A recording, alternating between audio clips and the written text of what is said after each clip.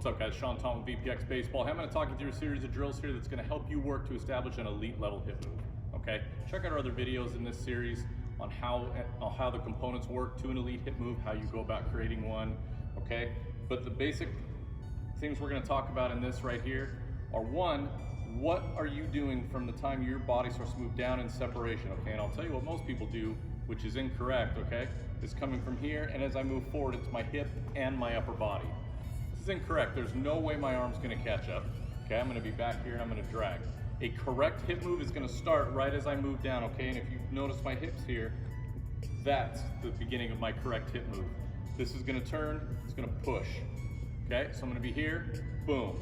Now notice as I do that, my upper body's countering. So my elite hip move is going to begin right there. Okay, so I've got my VPX harness here. I'm going to hook into the backside to help me really feel myself staying connected to the rubber. Okay, we'll go ahead, hook this onto the back leg. Okay, and I'm going to talk you through a couple drills here. Okay, the first one I'm going to talk you through is going to give you good feel on if we truly are countering and staying back while that move is occurring. Okay, so when I do that move, obviously, right, so when I'm here and I get this move, I can't be just forward with everything. So this first drill we're going to do is just going to involve a tap. Use this drill a lot, especially with younger arms. Okay, so coaches watching this, a great drill for you guys, and guys that have trouble drifting forward watching this, it's going to be fantastic for you guys. And it's just going to focus on the initial part of my hip move. Okay, so I'm here and I move down. If I move correctly and get my hips going, but I don't just flop, again, just for the purposes of this drill and what we're trying to create here, I should be able, okay, if I'm here, I should be able to tap right there and then go. If I do this incorrectly, okay, so if you're not sure if you're one of those guys that drifts forward, okay, you'll be here and there's nothing, I can't do anything, right? So if I do this correctly, okay, and again, this harness is going to let me know as soon as I leave, if it's my hip and my upper body, I'm going to know immediately, right? And you see it, okay? So if I'm here, boom, should be able to tap, and then I go. Okay, I'm going to go ahead and throw a couple for you here. Okay, so I'm going to be here, get loaded on my backside, boom, and I can tap right there. Okay, and then I go. Okay, and I'll do one incorrectly for you.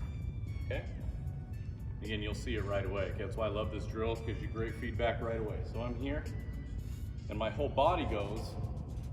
See, I didn't just get a hip turn. One, I can't even hold that, and I'm getting feedback.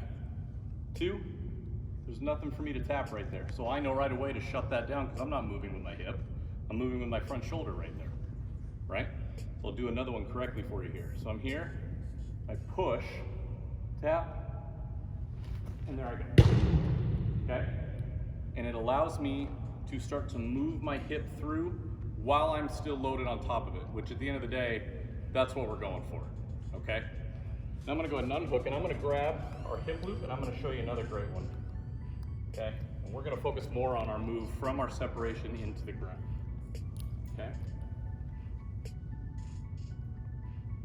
So I've got our torsion hip loop here. And what I'm going to utilize this for is I'm going to utilize it for feedback on my way to the ground. It's going to show me when my knees are getting out of position. It's going to show me when I'm over rotating and getting too top heavy. Okay, so I'm going to go ahead and put this on. Again, the point of this is to help you feel equal and opposite. If we're moving correctly through and we're correctly equal and opposite, staying inside, utilizing our hips to drive, we're going to be all right. If I get top heavy and outside, I'm going to know immediately, okay? So if I go through here, and with this one we're going to start at our separation. So we've already gotten our hip drive started, and I'm going to work into the ground, okay? So if I'm here, if I do what a lot of people do, and I go this way, right away I know what's going on. Right? Or if I get soft out here, if I blow out up top, all these things take away from a hip drive. Okay, so if I'm here and I push correctly, I'm not getting anything. All the way down, good to go, right? Because I'm staying anchored. I got my long front leg, my short back leg. I've got no equal and opposite pull from this at all because I'm staying grounded, I'm staying properly in dynamic balance right over my back hip. But if my hip drive, if I'm not doing it correctly and I use this, watch what happens. Okay, watch down here with the hip loop. If I go, and you see, I get that feedback right away. So there's no guesswork. I don't have to wonder if that's going on or not. That thing pulls me up right away. I know I'm getting top heavy, can't get it done. So when you're utilizing this, it's an unbelievable tool to help you learn if you're truly staying properly counterbalanced and truly driving with the correct areas of your body. So what I'm going for, again, if I do this correctly and I just start right here, and I push, and I keep pushing with the hip, but I counter, here's my sail. I got no feedback from here. I'm ready to go. Okay, so I'm gonna take you through it. Okay, so again, the goal here is no feedback. So I'm here, I'm gonna push. No feedback, there I am. Okay, and we're good to go. And again, I'll show you an incorrect one, and you'll see right away. Okay, we're watching down here for the feedback you're gonna get. Here I am, push. See, I can't even throw that. That is such a common issue, especially with young arms, okay, is as they go into the ground, this knee blows out. All kinds of problems, right? Because it can't be, this is gonna get to this position, but my whole body can't follow it. This needs to go, but I'm gonna stay in my power T and closed here, okay? But if I get out of that, right away, lets me know.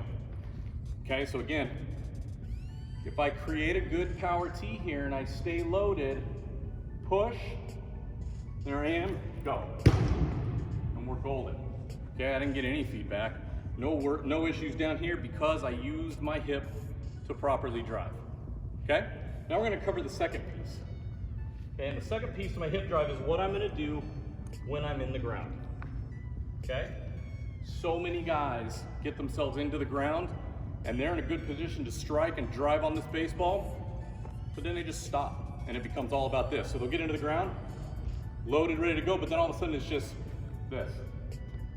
And there's no drive through. That's where your true repeatable velocity is, man.